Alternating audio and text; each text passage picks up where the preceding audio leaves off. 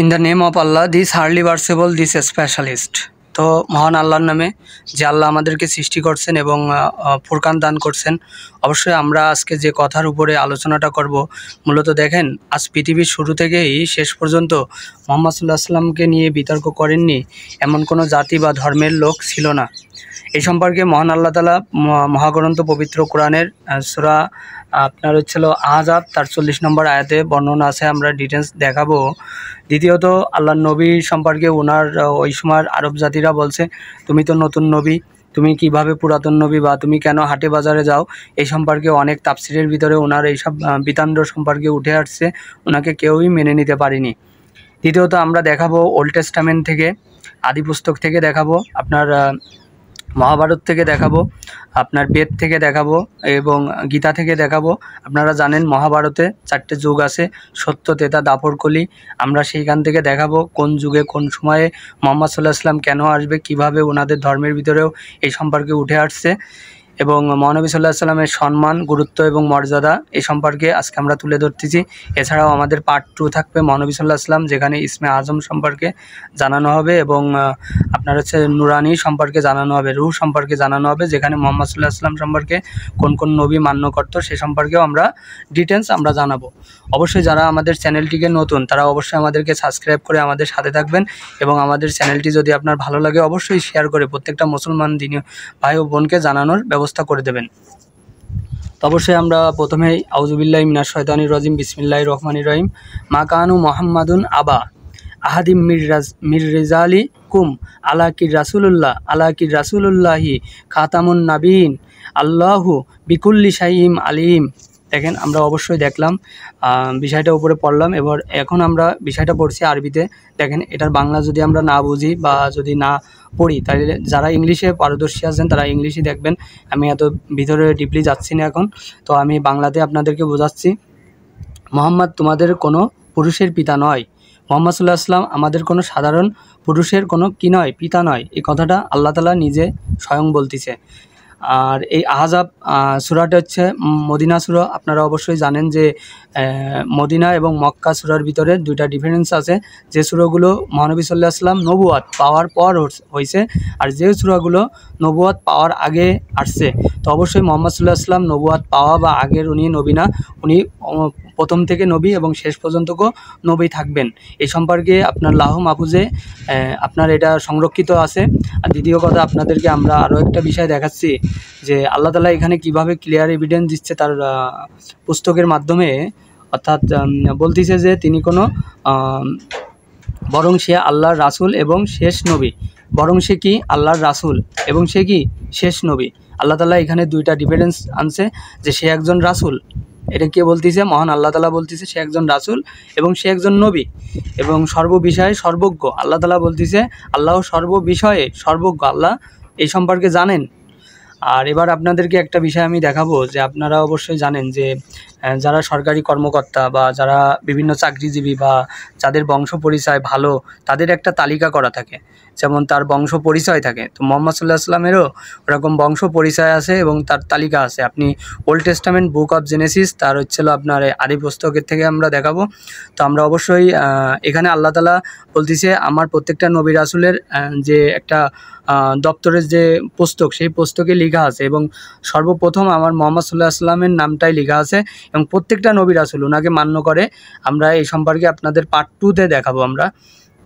তো অবশ্যই যাদের আমাদের চ্যানেলটি ভালো লাগবে অবশ্যই আমাদের সাথে সাবস্ক্রাইব করে সাথে থাকবেন এবং অপর ভাইকে অবশ্যই শেয়ার করে জানাবেন। দ্বিতীয়ত, আমরা এবারে মহাভারতের ভিতরে যাব। মহাভারতে মূলত আপনার 4টে ভাগে বিভক্ত করা হয়েছে, সত্য, ত্রেতা, দাপর, কলি, অর্থাৎ কলির যুগ, অর্থাৎ শেষ সময়ে ওনাদের শেষ ঋষি বা শেষ ঠাকুর যাকে বলা হয়েছে, তিনি হচ্ছে আমাদের মুহাম্মদ সাল্লাল্লাহু আলাইহি ওয়াসাল্লাম। উনি আসবে, কিন্তু ওনারা এখন ওইটা কতটুকু ওনাদের নিবে এটা ওনাদের ব্যাপার, ওনাদের ধর্মের ব্যাপার। তো আমরা দেখব যে আসলে কি বলা আছে। দেখেন, আপনার মহাভারতের ভিতরে আপনার সনাতন ধর্মের ভিতরে অনেক ধর্মগ্রন্থ আছে, হয়তো ওনারাও এভাবে জানে না। আমাদের চ্যানেলটি আপনার সনাতন ধর্ম থেকে অনেক অনেকে দেখতেছে, অনেক ধর্মর লোকজন আছে আপনার যিশু খ্রিস্ট থেকে দেখতেছে। অবশ্যই আমরা যখন আল কোরআন প্রচার করি, হ্যাঁ এটা সবাই দেখবে। আল্লাহ তাআলা সূরা কামারের 17 নম্বর আয়াতে বলতেছে, আমি কোরআনকে সহজ করেছি উপদেশ গ্রহণের জন্য, অতএব উপদেশ গ্রহণকারী কেউ আছো কি?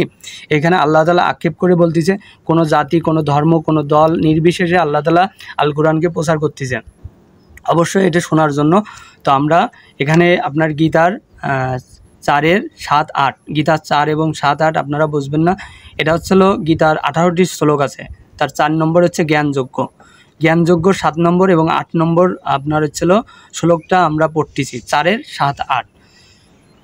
ওইখানে আপনার বলা আছে যে জাদা জাদা হি ধর্মস্য গ্লানি ভবতি ভারত অভ্যুত্থানা তদা তন্দ্রা সিজামাহ। এখানে বলা আছে হে ভারত, যখনই ধর্মের গ্লানি হয় এবং ধর্মের অভ্যুত্থান হয় তখনই আমি নিজেকে প্রকাশ করি, অবতীর্ণ হই। হ্যাঁ দেখেন, এখানে মহান আল্লাহ তাআলা বলতেছে যে যখনই ধর্মের অধঃপতন হয়, যখনই আর কি বিপর্যয় সৃষ্টি করে পৃথিবীতে মানুষ, তখনই উনি কি হয়? অবতীর্ণ হন। দ্বিতীয়ত এই কথাটা শ্রীকৃষ্ণকে ওনারা ভগবান হিসেবে জানেন, এবং শ্রীকৃষ্ণ কাকে বলতেছে? অর্জুনকে বলতেছে। আর এই গীতার জন্ম হচ্ছিল কুরুক্ষেত্র জ্যোতিষ্বর নামক স্থানে। ওইখানে আপনার হচ্ছিল অর্জুনের কাছে এই সর্বপ্রথম বলা হয়, অর্থাৎ অর্জুন একজন মানুষ এবং শ্রীকৃষ্ণ একজন ভগবান, যাকে আমরা আল্লাহ বলে থাকি। অবশ্যই সে মহান আল্লাহ তাআলা এই বিষয়টা জানাচ্ছে। দ্বিতীয়ত এখানে সে তার বার্তাবাহক মুহাম্মদ সাল্লাল্লাহু আলাইহি ওয়াসাল্লামকে জানাচ্ছে যে সে আসবে। আর এর আগেও অনেক বার্তাবাহক আসছে হিন্দুদের ভিতরে, হয়তো তারা তাদের ওই সময় তারা জানে না বা চিনে না, কিন্তু তাদেরকে করা হয়েছে, তাদেরকে ইসলামের পথে আনা হয়েছে, হয়তো বা তারা এখন ভুলে গেছে। যাক, এটা তাদের বিষয়, তারা ধর্মটা ইসলাম ধর্ম মানবে কি মানবে না এটা সম্পূর্ণ তাদের উপরে। এই সম্পর্কে তাদের অনেক ডক্টর বেদ প্রকাশ বলছে অবশ্যই মান্য করা লাগবে। বালক ব্রহ্মচারী তিনিও বলছে অবশ্যই, যখনই ওনাদের অগণিত গ্রন্থের ভিতরে মুহাম্মদ সাল্লাল্লাহু আলাইহি ওয়াসাল্লাম সম্পর্কে অ্যাভেলেবেল জায়গায় লেখা আছে। আমরা 8 নম্বরটা দেখব, পরিত্রাণা সাধুনাং বিনাশাং চতুর্থ তানাম ধর্মস্য স্থাপনা সম্যভাবী যুগে যুগে। অর্থাৎ ইয়াদা, এখানে আপনার ছিল একটা বিষয় আছে যে অনেক সনাতন ধর্মীরা ওনাদের পড়াতে জাদা জাদা জায়গায় হবে ইয়াদা ইয়াদা, এটা হচ্ছিল অরিজিনাল প্রসিদ্ধ অর্থ। অবশ্যই আপনারা দেখবেন, তাইলে পরে আপনারা ডিটেলসটা আরও ভালো বুঝতে পারবেন। দ্বিতীয়ত আমরা যেখানে সাধুদের পরিত্রাণ এবং দুষ্কৃতীদের বিনাশ করার জন্যই এই ধর্ম স্থাপনের জন্য আমি যুগে যুগে অবতীর্ণ হই। মুহাম্মদ সাল্লাল্লাহু আলাইহি ওয়াসাল্লাম যখন আসছে, মা আয়েশা রাদিয়াল্লাহু তাআলা আনহা থেকে বর্ণিত, উনি বলেন যে দেখেন মুহাম্মদ সাল্লাল্লাহু আলাইহি ওয়াসাল্লাম যখন এই যুদ্ধটা পরিচালিত করে, ওনার কাছে ঘটনাগুলো বিভিন্ন মুসলিম শরীফ, বুখারী শরীফ, তিরমিজি শরীফ সব অধ্যায়ের ভিতরে মহানবী সাল্লাল্লাহু আলাইহি ওয়াসাল্লাম জানায় মা আয়েশাকে। অবশ্যই মা আয়েশা এই সাথে একমত, এবং মা আয়েশা বলেন যে যখন আপনার হচ্ছিল ধর্মের সমস্যাগুলো হয়েছে, ওনার বেশিরভাগ ওনার বংশের ভিতরে এই যুদ্ধটা চালানো হয়েছে। আপনারা জানেন, মহাভারতেও হিন্দু ধর্মীয় অবলম্বীরা জানবে যে অর্জুনের যে পঞ্চ ভাই যারা থাকে, তাদের সাথে যুদ্ধটা মূলত যে শুরু হয় সেটাও তাদের নিজের ভিতরে হয়ে থাকে। এই যুদ্ধটা মহাভারত, যেটা দাপর যুগে এই যুদ্ধটা হয়। তো অবশ্যই আমরা এই ডিটেলসে যাব না, এটা অনেক বড় লম্বা কাহিনী। যেহেতু এইসব বিষয়ের উপরে আপনারা চাইলে কমেন্ট করবেন আমাদেরকে, অবশ্যই পরবর্তীতে আমরা আপনাদের মহাভারত সম্পর্কে, বিভিন্ন ধর্মপুস্তক সম্পর্কে আপনাদেরকে জানাবো। এবার আমরা এই বিষয়টা দেখলাম গীতার থেকে, এবং গীতার জন্মকাহিনী বললাম, মেন হচ্ছে বেদ। এবার আমরা একটু বেদ থেকে দেখব। তো অবশ্যই আমরা বেদ থেকে যখন দেখব যে আপনার ঋগ্বেদ 1-18 এবং 9 নরহংস মন্ত্র, নরহংস অর্থাৎ প্রশংসিত। আপনারা জানেন মুহাম্মদ সাল্লাল্লাহু আলাইহি ওয়াসাল্লাম একজন প্রশংসিত, এবং ওনাকে মহাপুরুষ বলা হয়েছে, এবং উনি প্রশংসিত। এবং এই ব্যাপারেও মা আয়েশা রাদিয়াল্লাহু তাআলা আনহা একমত, এবং ওনার প্রত্যেকটা সাহাবী এবং যারা জানে তারা অবশ্যই জানে মুহাম্মদ সাল্লাল্লাহু আলাইহি ওয়াসাল্লামের গুরুত্ব, এবং ওনার ধর্ম আসলে কেমন মজবুত কিনা এই সম্পর্কে আল্লাহ তাআলা কোরআনের বিভিন্ন জায়গায় ডিটেলসভাবে বর্ণনা করা হয়েছে। এবার সামবেদে বলা হয়েছে, এটা হচ্ছিল সামবেদ। আপনার হচ্ছিল সামবেদ, ঋগ্বেদ, অথর্ববেদ, যজুর্বেদ। আমরা যে কোনো বেদের যে কোনো জায়গা থেকে আপনাদেরকে জানাচ্ছি। অবশ্যই আপনারা মন্ত্রগুলো এবং বিষয়গুলো দেখবেন, এবং যাদের কাছে অবশ্যই বেদ থাকবে, গীতা থাকবে, তারা অবশ্যই দেখতে পারেন। আমরা এটা অন্য কোনো ধর্ম থেকে আনিনি। যে ধর্ম থেকে আমি যখন দেখাচ্ছি ওই ধর্মের ওইখানে ওইভাবেই বলা আছে। দেখেন, এখানে কোনো কাটচুরি নাই, হয়তোবা কিছু আমার ভুল থাকতে পারে, আপনারা ক্ষমা করবেন, এবং সেই ভুলের জন্য কিন্তু কথাগুলো অত্যন্ত অত্যন্ত প্রয়োজনীয়। এটা শুধু হিন্দুদেরই না, এটা মুসলমান, খ্রিস্টীয় যে ধর্মের যে জাতি আছে, কারণ আল্লাহ তাআলা তার রাসূলের দ্বারা মুহাম্মদ সাল্লাল্লাহু আলাইহি ওয়াসাল্লামকে জানা বিতান্ত এক সম্প্রদায়কে বোঝানো হচ্ছে, পুরো পৃথিবীর মানব জাতিকে, যে তিনিই একমাত্র নবী এবং শেষ সময় উনি আসবে এবং ওনাকে সবাই মান্য করা লাগবে। সামবেদে বলা হয়েছে কল্কি অবতারের নামে যে দেব আসবে তার নাম হবে মোহাম্মদ। সামবেদে এই কথাটা বলা হয়েছে। আপনারা জানেন আরব দেশে আহম্মদ বলা হয়েছে, এখানে আহম্মদই অবশ্যই আহমেদ নামে যে নবী, আমাদের নবীজির নাম ছিল। এবার তিনি শেষ ঋষি এবং তিনি হচ্ছে শেষ ঋষি। বালক ব্রহ্মচারী বলেন, মুহাম্মাদের নামে যতবারই যে কোনো জায়গায় যা কিছু আসবে তোমরা অবশ্যই সেটা মান্য করবা এবং তার ধর্মদর্শকে অনুসরণ করবা। এটা বালক ব্রহ্মচারীর কথা, এটা আমার কোনো কথা না। এবারে ঋগ্বেদ স্কন্দ 8 এবং 6, 10 এখানে বলা হয়েছে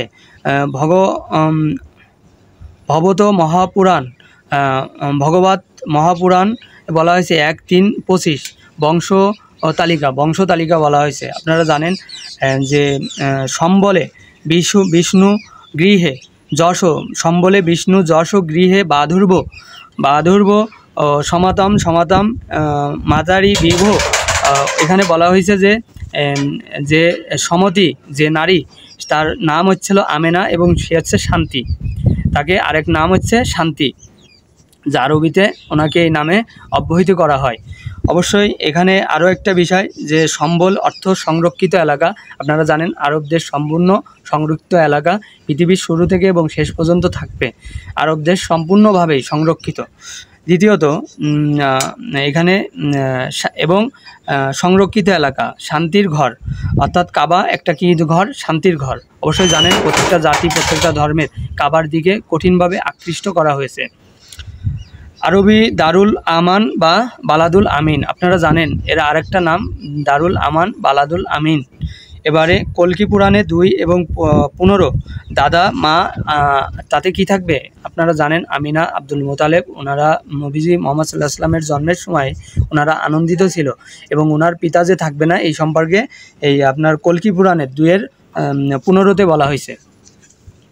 তো এবারে আমরা একটু দেখব যে সামবেদের 36, সেখানে বলা হয়েছে যে সেই শিশুটি কোনো তার মায়ের দুধ বেশি সময় গ্রহণ করবেন না। আপনারা জানেন 4 দিন বা ওরকম ওই অল্প সময়ের মতো মহানবী সাল্লাল্লাহু আলাইহি ওয়াসাল্লাম ওনার মায়ের দুধ খান এবং তারপরে আর খান না, মা হালিমার এসে চলে যায়। তো অবশ্যই এখান থেকেও এটি বলা হচ্ছে সামবেদের ভিতরে। তো এবারে শ্রীমদ্ ভগবদ গীতায় তিনি অশ্বরোহী হবেন। শ্রীমদ্ ভগবদ গীতার ভিতরে বলা আছে 12 স্কন্ধ 2 অধ্যায়ের 19, 20, 21 ওইখানে বলা হয়েছে তিনি অশ্বরোহী হবেন। আপনারা জানেন মুহাম্মদ সাল্লাল্লাহু আলাইহি ওয়াসাল্লাম উনি সবসময় ঘোড়ার পিঠে বেশিরভাগ সময় ছিলেন এবং উনি যুদ্ধগুলো করছে ঘোড়ার পিঠ থেকে। ওনার হাতে তরবারি থাকবে, তরবারি অবস্থায় উনি যুদ্ধ করবেন এবং ওনার চেহারায় নূর থাকবে।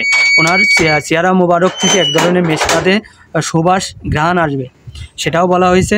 ওনার জন্মের আগে থেকে ওনাকে খতনা করা থাকবে এবং দেহ মোবারক সুগন্ধি থাকবে বলা হয়েছে এবং ওনার সুন্দর চেহারার হবেন উনি।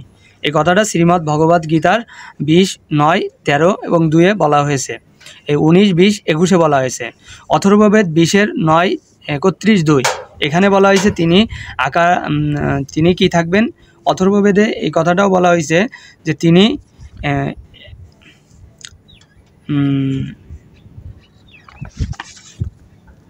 আকাশে আরোহণ করবেন। হ্যাঁ, এটা হেভি ইম্পর্ট্যান্ট। অবশ্যই এটা নিয়ে অনেক ব্লগার, অনেক ইউটিউবার আজকে পৃথিবীর বুকে মহানবী সাল্লাল্লাহু আলাইহি ওয়াসাল্লামকে মিথ্যাবাদী বা বিভিন্নভাবে জানেন। তো আপনারা তাদের উদ্দেশ্যে বলবো, দেখেন শুধু মুসলমান ধর্মগ্রন্থ মহানবী সাল্লাল্লাহু আলাইহি ওয়াসাল্লামের জীবনী থেকেই নয়, আপনারা আল কোরআন স্টাডি বাদেও আপনারা কিসের ভিতরে ঢুকতে পারেন? তিনি অথর্ববেদের ভিতরে এই কথা বলা হচ্ছে যে কি বলা হচ্ছে, তিনি মহাকাশে আরোহণ করবেন। অবশ্যই আপনারা জানেন মহানবী সাল্লাল্লাহু আলাইহি ওয়াসাল্লাম কিসে আরোহণ করছে? উনি ঊর্ধ্ব আকাশে আল্লাহর সাথে 2 ধনুক পরিমাণ সমানে উনি কথা বলছে। অবশ্যই দেখেন আমাদের এই কথাগুলো আনতে আমাদের অনেক পরিশ্রম করা লাগে। যারা আমাদের চ্যানেলে নতুন অবশ্যই আমাদেরকে সাবস্ক্রাইব করে আমাদের সাথে থাকবেন, ইসলামকে প্রচার করে দেবেন। দ্বিতীয়ত মুসলমান ভাই ও বোনদেরকে আমাদের আজকের এই আয়োজনটি অবশ্যই সবাইকে দেখার জন্য সুযোগ করে দেবেন এবং শেয়ার করে দেবেন। আর দ্বিতীয়ত এবার আমরা আরেকটা বিষয় যাবে যে আমরা এবার একটু ওল্ড টেস্টামেন্টের ভিতরে যাব, পৃথিবীর আদি পুস্তক। সেখানে মহান আল্লাহ তাআলা আমাদেরকে এই ব্যাপারে কি বলছে আমরা ওল্ড টেস্টামেন্টে দেখব। সেইখানে আসলে কি বলা হয়েছে, বুক অফ জেনেসিস আদি পুস্তক তার আপনার 17-20, তুমি ইসমাইলের কথা বলেছ, আমি সে কথা শুনেছি। এই কথাটা কে বলল? মহান আল্লাহ তাআলা কাকে বলল? ইব্রাহিম আলাইহিস সালাম বলতিছে, কিন্তু আল্লাহ তাআলা বলতিছে দেখো আমি সে কথা শুনেছি, আমি তাকে আশীর্বাদ করব। আল্লাহ তাআলা বলল কি, আমি তোমার ইসমাইলকে কি করব? আশীর্বাদ করব, আর বহু সন্তান আদি হবে। তার কি হবে? বহু সন্তান আদি হবে।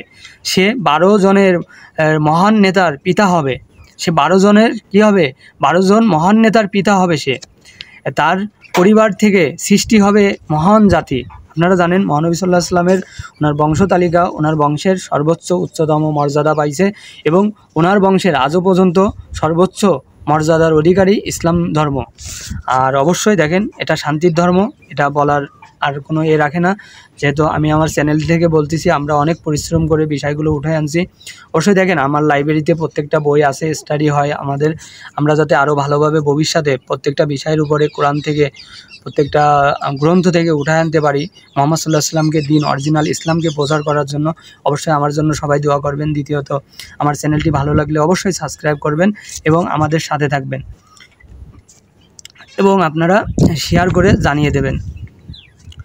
আর এবার আমরা যখন এঞ্জেল কিতাব 16, 12 এবং 13, ওইখানে বলা হচ্ছে তোমাদের বলার মতো আমার এখনও আরও অনেক কথা আছে। এটা ঈসা আলাইহিস সালাম বলতেছে তার জাতির ভিতরে, তার সম্প্রদায়ের ভিতরে, যে তোমাদেরকে বলার মতো আমার অনেক কথা আছে, কিন্তু সেগুলো গ্রহণ করার পক্ষে এখন অতিরিক্ত হয়ে যাবে। তোমাদের পক্ষে গ্রহণ করার জন্য এই কথাগুলো অতিরিক্ত হয়ে যাবে। আর 16, 13 এঞ্জেল অর্থ মুহাম্মদ সাল্লাল্লাহু আলাইহি ওয়াসাল্লামকে তিনি নিজের কিছু বলেননি এবং সে যা বলছে সবই আল্লাহ তাআলা তাকে যেগুলো বলছে সে সেগুলোই বলছে। দেখেন মহান আল্লাহর নামে আমরা এখান থেকে বিদায় নিচ্ছি। আমাদের আলোচনা অনেক দীর্ঘায়িত হয়েছে। দেখেন আমরা এগুলো উঠে আনতে অনেক পরিশ্রম করা লাগছে। আপনারা আমাদের চ্যানেলটিকে সাবস্ক্রাইব করে যাবেন এবং মহানবী সাল্লাল্লাহু আলাইহি ওয়াসাল্লাম পৃথিবীর শুরু থেকে শেষ পর্যন্ত আছে এবং আমরা আগামীতে আপনার অনেক ইসের থেকে উঠে আনবো। অবশ্যই আমাদের জন্য দোয়া করবেন। বিদায় নিচ্ছে, আল্লাহ হাফেজ।